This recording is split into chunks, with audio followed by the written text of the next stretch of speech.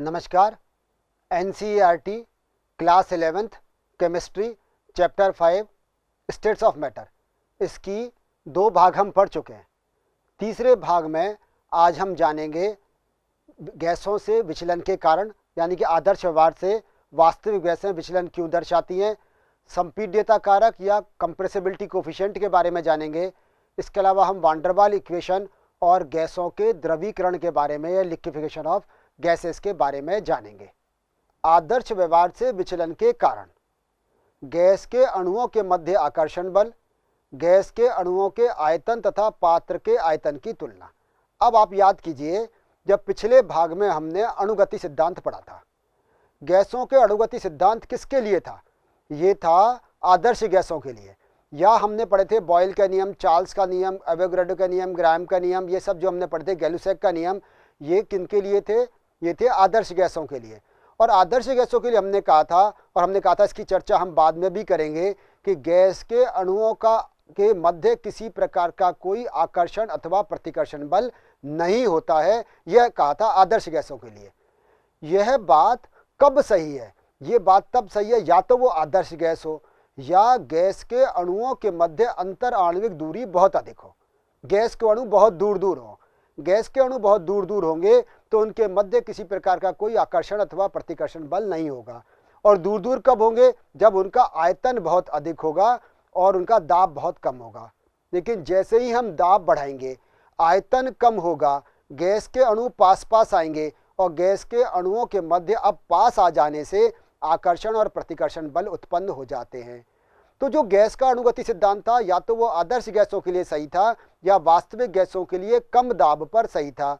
अधिक दाब पर वो आदर्श व्यवहार से विचलन दर्शाते हैं। तो पहला कारण ये रहा विचलन का कि वास्तविक गैस के अणुओं के मध्य अधिक दाब पर आकर्षण बल अथवा और उसके ज़्यादा होने पर, दाब होने पर प्रतिकर्षण बल उत्पन्न हो जाता है। दूसरा याद करें, ये हमने चर्चा की थी कि गैस के अणुओं का आयतन पात्र के कुल आयतन की तुलना में नगण्य होता है। पात्र का आयतन बहुत अधिक, गैस के अणुओं का आयतन नगण्य होता है। फिर वही बात कहेंगे, ये कब सही है? या तो ये आदर्श गैस के अणुओं के लिए सही है, या तब सही है जब आयतन बहुत अधिक हो, पात्र का आयतन बहुत ज़्यादा हो। तो पात्र के बहुत ज़्यादा आयतन की तुलना में गैस के अणुओं का आयतन नगण्य हो सकता है। जैसे उदाहरण के रूप में हम कहें, मान लीजिए गैस के अणुओं का आयतन है 1 सेंटीमीटर क्यूब या 1 मिलीमीटर क्यूब कहते हैं, 1 मिलीमीटर क्यूब है, और पात्र का आयतन है 1 लाख मिलीमीटर क्यूब। तो 1 लाख की तुलना में 1 मिलीमीटर क्यूब नेग्लिजिबल स्मॉल है। तो हमने कह दिया था कि गैस के अणुओं का आयतन पात्र के आयतन की तुलना में नगण्य होता है। लेकिन जब हम दाब बढ़ा देंगे, आयतन कम होता जाएगा और आयतन कम होकर पात्र का आयतन 1 लाख मिलीमीटर क्यूब के बजाय घटकर रह जाए 10 मिलीमीटर क्यूब। तो अब 10 मिलीमीटर क्यूब के लिए गैस के अणुओं का आयतन 1 मिलीमीटर क्यूब नेग्लिजिबल स्मॉल नहीं होगा। बात समझ में आ रही है ना? पहले पात्र का आयतन अधिक था तो 1 लाख की तुलना में 1 नेग्लिजिबल स्मॉल है, लेकिन 10 की तुलना में 1 नेग्लिजिबल स्मॉल नहीं है, वो 10% वॉल्यूम ऑक्यूपाई कर रहा है। तो दूसरा कारण ये रहा कि जब दाब बढ़ा दिया गया तो गैस के अणुओं का आयतन पात्र के कुल आयतन की तुलना में नगण्य नहीं होता है। तो जब हम दाब बढ़ाते हैं, अब आप देखो यहाँ ग्राफ में आपको दिख रहा होगा कि कम दाब पर तो या अधिक आयतन पर तो ये आदर्श गैस और वास्तविक गैस एक जैसा व्यवहार प्रदर्शित कर रही हैं। लेकिन जैसे जैसे हम दाब बढ़ाते चले जा रहे हैं, आयतन कम होता चला जा रहा है, आदर्श गैस से वास्तविक गैस विचलन दर्शाती हैं। अब यहाँ बात को समझें। देखो आदर्श दाब क्या कहता है। P आदर्श बराबर हम कह रहे हैं P वास्तविक प्लस AN²/V²। ये कहाँ से आया, इसको समझने की कोशिश करें। देखो जब हम कहें, मान लीजिए एक दिमाग में वही सिलेंडर बिठाएं, सिलेंडर और पिस्टन, उसके अंदर कोई गैस भरी हुई है। बहुत ध्यान से बात को सुनना और समझना। पिछले भाग में हमने क्या कहा था?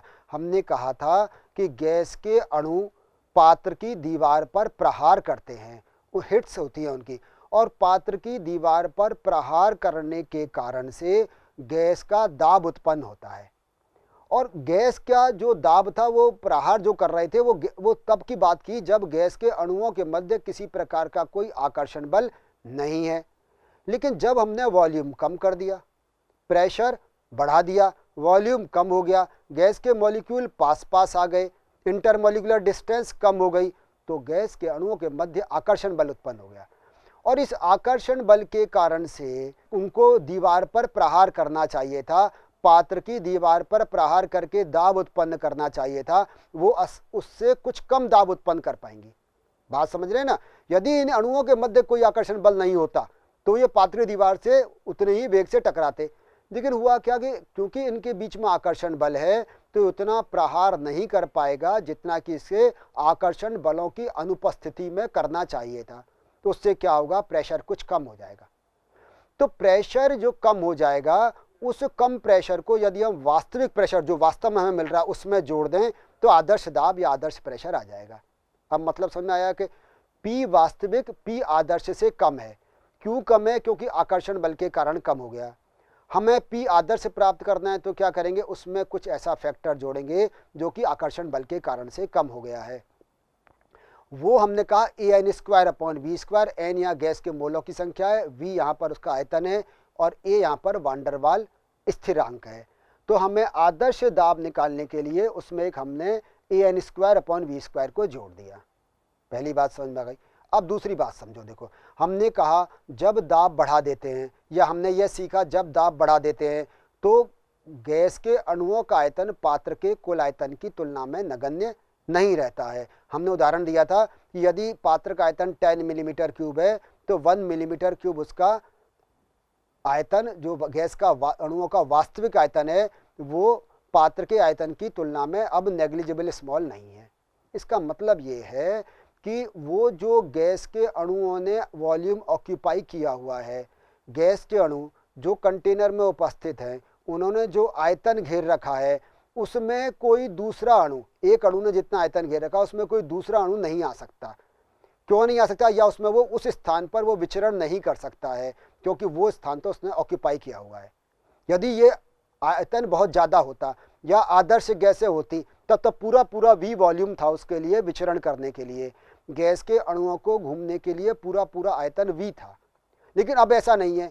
कुछ आयतन गैस के अणुओं ने ऑक्यूपाई कर रखा है जहाँ की दूसरा गैस का अणु नहीं आ सकता, और वो आयतन जहाँ गैस का दूसरा अणु विचरण नहीं कर सकता है उसको कहा वर्जित आयतन। और इस वर्जित आयतन को गैस के वास्तविक आयतन में से घटा दें, पात्र के आयतन में से घटा दें तो V आदर्श आ जाएगा कि अब कितना स्थान बचा हुआ है गैस के अणुओं को घूमने के लिए। V कुल, उसमें से हमने वर्जित आयतन को घटा दिया। यदि 1 मोल होता तो B कहते, N मोल हैं तो वो NB हो गया। जैसे हमने ऊपर कहा था A/V² था, क्योंकि वो 1/V² था, फिर हमने एक कांस्टेंट लगाया था A/V², और यदि N मोलों की संख्या है तो AN²/V²। इसी प्रकार से यदि एक अणु होता तो वर्जित आयतन या एक्सक्लूडेड वॉल्यूम B है, और यदि N मॉलिक्यूल है तो एक्सक्लूडेड वॉल्यूम NB हो गया। तो V आदर्श बराबर V - NB। अब क्या करो, हमारे पास समीकरण क्या थी, PV बराबर nRT। तो P की जगह तो रख दो P + AN²/V², ठीक है ना, और V की जगह क्या रख दो, V - NB। तो P + AN²/V², V - NB = nRT। ये आ गई वांडरवाल समीकरण। और ये वांडरवाल जो समीकरण है ये वास्तविक गैसों के लिए सही है। फिर समझें, आदर्श गैस समीकरण क्या है, PV = nRT।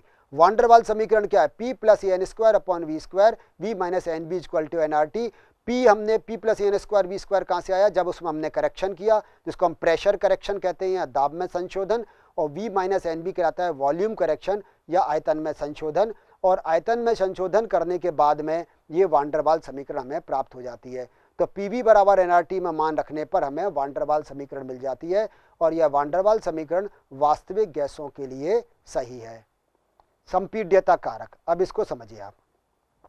आदर्श व्यवहार से विचलन को संपीड्यता कारक Z द्वारा प्रदर्शित किया गया है। Z बराबर होता है PV/nRT। आदर्श गैसों के लिए Z का मान 1 होता है क्योंकि सभी ताप दाब पर PV बराबर nRT। हमने पहले ही कहा था कि आदर्श गैसें कौन सी हैं, वे गैसें हैं जो ताप और दाब के सभी मानों पर आदर्श गैस समीकरण PV बराबर nRT का पालन करती हैं। आपसे पूछे वास्तविक गैसें क्या हैं, रियल गैसेस क्या हैं, तो आप कहोगे वास्तविक गैसें वे गैसें हैं जो कम दाब और अधिक ताप पर, ध्यान से सुन लो कंडीशन क्या है, कम दाब और अधिक ताप, प्रेशर कम हो टेम्परेचर ज़्यादा हो, कम दाब और अधिक ताप पर आदर्श गैस समीकरण PV = nRT का सन्निकटता से पालन करती हैं, अप्रोक्सीमेटली फॉलो करती हैं। आदर्श गैस समीकरण को पूर्णतः नहीं करती, अप्रोक्सीमेटली फॉलो करती हैं। वो भी कब करती हैं? कंडीशन है कम दाब और अधिक ताप। यदि हम क्या करें, कम दाब से दाब को बढ़ा दें और ताप को कम कर दें तो वो आदर्श व्यवहार से विचलन दर्शाने लगती हैं। केवल कम दाब और अधिक ताप पर आदर्श गैस के समान या आदर्श गैस के लगभग व्यवहार प्रदर्शित करती हैं। दाब बढ़ाने पर, ताप कम करने पर वो आदर्श व्यवहार से विचलन दर्शाती हैं। तो संपीड्यता कारक आदर्श गैसों के लिए तो Z बराबर 1 होता है। निम्न दाब पर वास्तविक गैस, अभी हमने कहा निम्न दाब पर वास्तविक गैसें आदर्श गैसों जैसा व्यवहार प्रदर्शित करती हैं। उच्च दाब पर Z इज ग्रेटर देन 1 होता है और मध्यवर्ती दाब पर हाइड्रोजन तथा हीलियम के अतिरिक्त सभी गैसों के लिए Z इज लेस देन 1 है। इस ग्राफ से आप इस बात को समझने की कोशिश करो। देखो हमने क्या कहा, ये जो Z बराबर आप देखो लिख रहा है PV बराबर nRT, आदर्श गैसों के लिए Z बराबर 1 के सामने देखो आपको आइडियल गैस की लाइन दिखाई दे रही है। आदर्श गैसों के लिए Z बराबर 1 है। यहाँ तक बात समझ में आ गई। अब और गैसों के बारे में देखो, नाइट्रोजन, ऑक्सीजन, मीथेन और कार्बन डाइऑक्साइड, ये जितनी भी हमें गैसें हमें दिखाई दे रही हैं, इनके लिए Z की वैल्यू कम दाब पर, लो प्रेशर पर Z की वैल्यू 1 से कम है। 0.8, 0.6, 0.4 आपको दिखाई दे रही है, 1 से कम है कम दाब पर।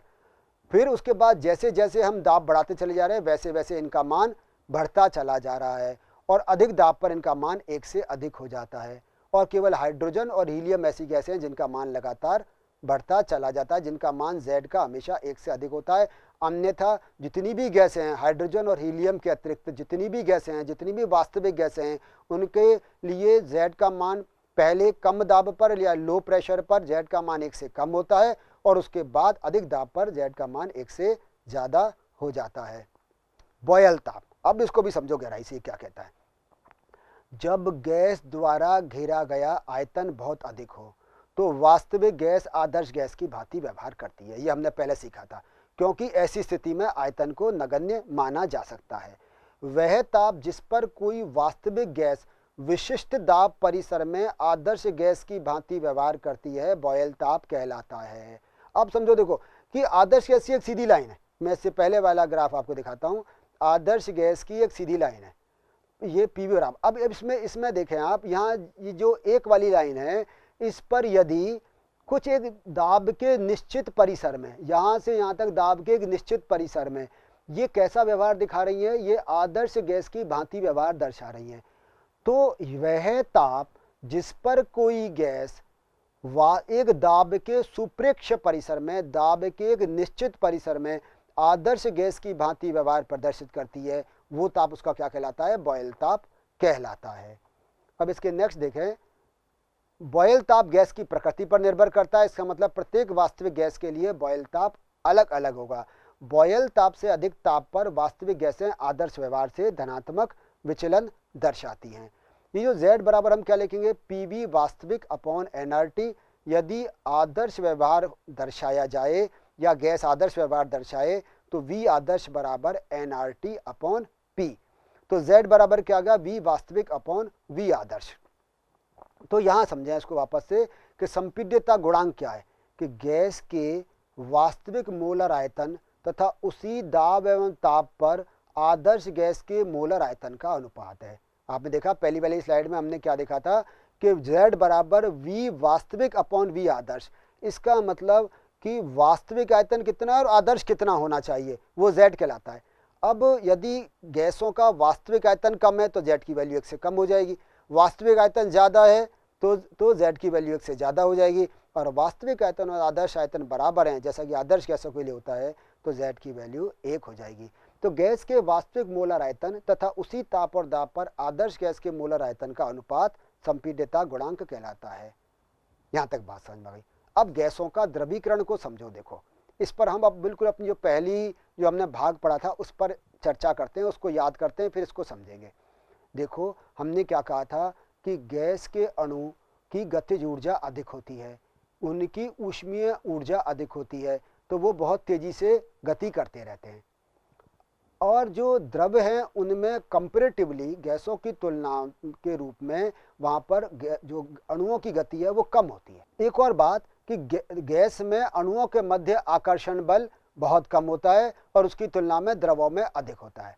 अब जरा दिमाग बात बैठाओ और समझने की कोशिश करो कि हमने क्या किया, गैस हमारे पास में है, उसको हम कंप्रेस करते चले जाएं, उसको हम संपीड़ित करते चले जाएं, यानी कि उसके गैस के अणु पास पास आते चले जाएंगे और गैस के अणु पास पास इतने आ जाएं जितने कि लिक्विड में होते हैं, जितने कि द्रव में होते हैं, लेकिन उसके बाद भी गैस द्रव अवस्था में परिवर्तित नहीं होगी। यद्यपि जो अंतर आणविक दूरी है वो उतनी हो गई है जितनी कि द्रव में थी, लेकिन उसके बाद भी वो द्रव अवस्था में परिवर्तित नहीं होगी। क्यों नहीं होगी? क्योंकि गैस के अणुओं की गतिज ऊर्जा अधिक है और द्रव के अणुओं की गतिज ऊर्जा कम होती है। तो गतिज ऊर्जा को कम करने के लिए हमें ताप में कमी करनी पड़ेगी। तो अब यहाँ बात को समझ में आ रही होगी आपके कि स्थायी गैसों के द्रवीकरण के लिए ताप में कमी के साथ साथ पर्याप्त संपीड़न आवश्यक होता है। हम दाब बढ़ाएं, कंप्रेस करें, लेकिन उसके साथ साथ हमें ताप में भी कमी करनी पड़ेगी। ताप कम करने से अणुओं का गमन कम हो जाता है, इनकी गति कम हो जाती है, जबकि संपीड़न करने से केवल गैस के अणु पास पास आते हैं। तो गैस के अणु पास पास तो आ जाएंगे संपीड़न करने से, दाब बढ़ाने से, लेकिन उनके अणुओं की गति कम नहीं होगी। तो अणुओं के गति को कम करने के लिए हमें क्या करना पड़ेगा? टेम्परेचर कम करने पड़ेगा। तो गैस का द्रवीकरण कब होगा? तो आप कहोगे दो काम करने पड़ेंगे। पहला, गैस का संपीड़न करना पड़ेगा, कंप्रेस करना पड़ेगा, दाब बढ़ाना पड़ेगा, और दूसरा उसका टेम्परेचर कम करना पड़ेगा, जिससे कि गैस के अणुओं की गतिज ऊर्जा इतनी कम हो जाए जितनी कि द्रव में होती है। तो एक निश्चित ताप एवं निश्चित दाब पर गैस द्रवीकृत हो जाती है। क्रांतिक स्थिरांक, अब इसको समझो आप, ये भी बड़ी महत्वपूर्ण बात है।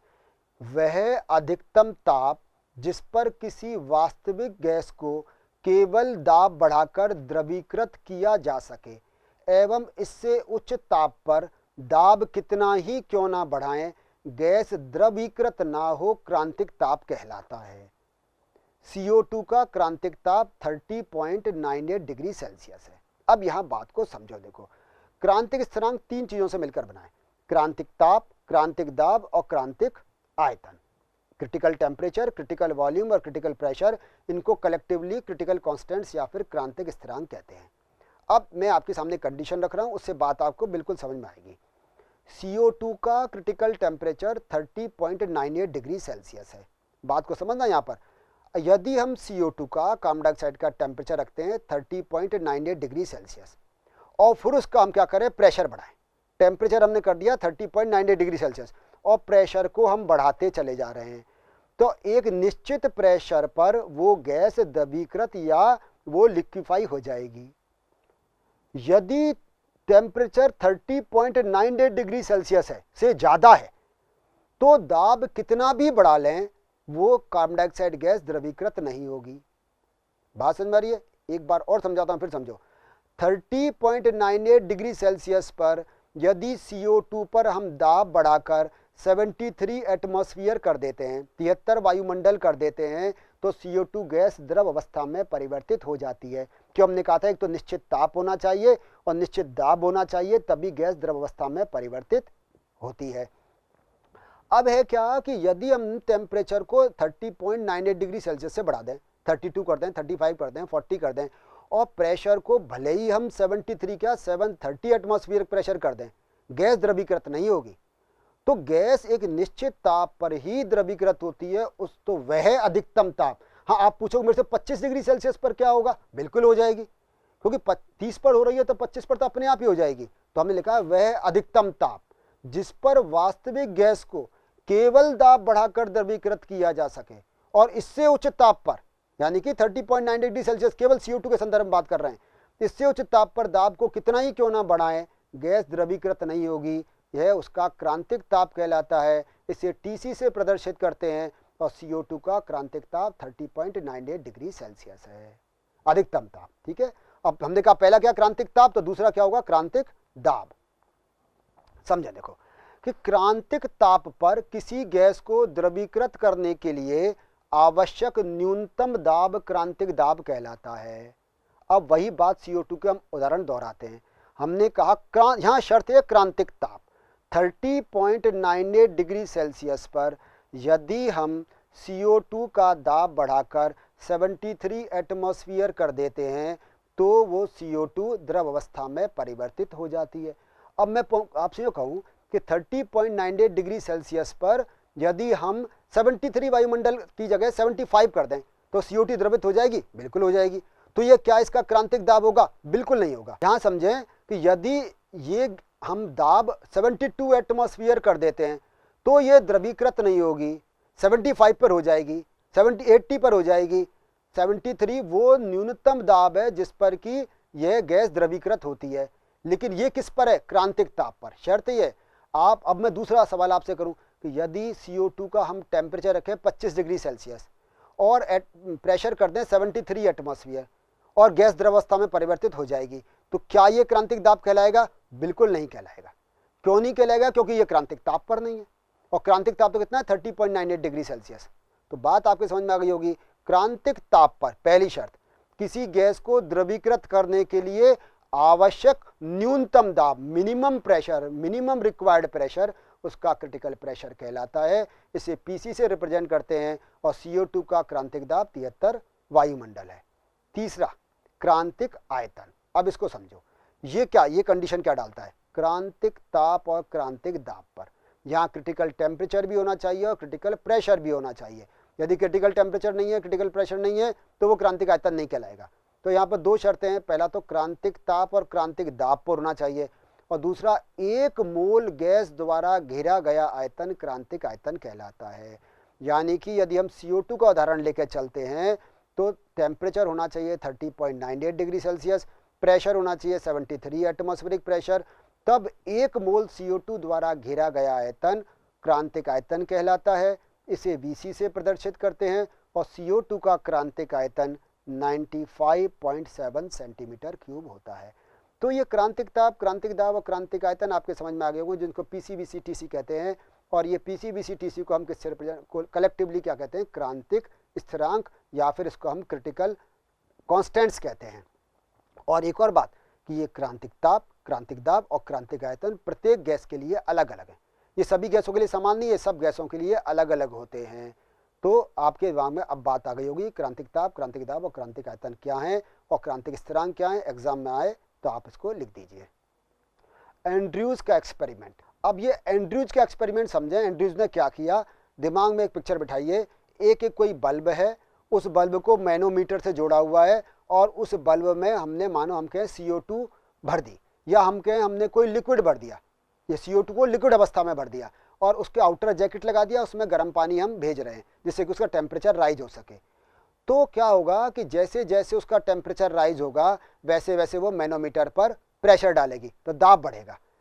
तो जब ऐसी स्थिति आ जाए कि उस बल्ब में गैस और द्रव, बहुत ध्यान से बात समझना मैं क्या कहना चाह रहा हूँ, एक बल्ब था उसमें हमने कुछ स्थान तक हमने द्रव भर दिया, तो द्रव और खाली स्थान जो गैस थी उसके बीच में हमें एक स्पष्ट सीमा रेखा या उनकी एक डिस्टिंग्विशिंग लेयर दिखाई दे रही थी।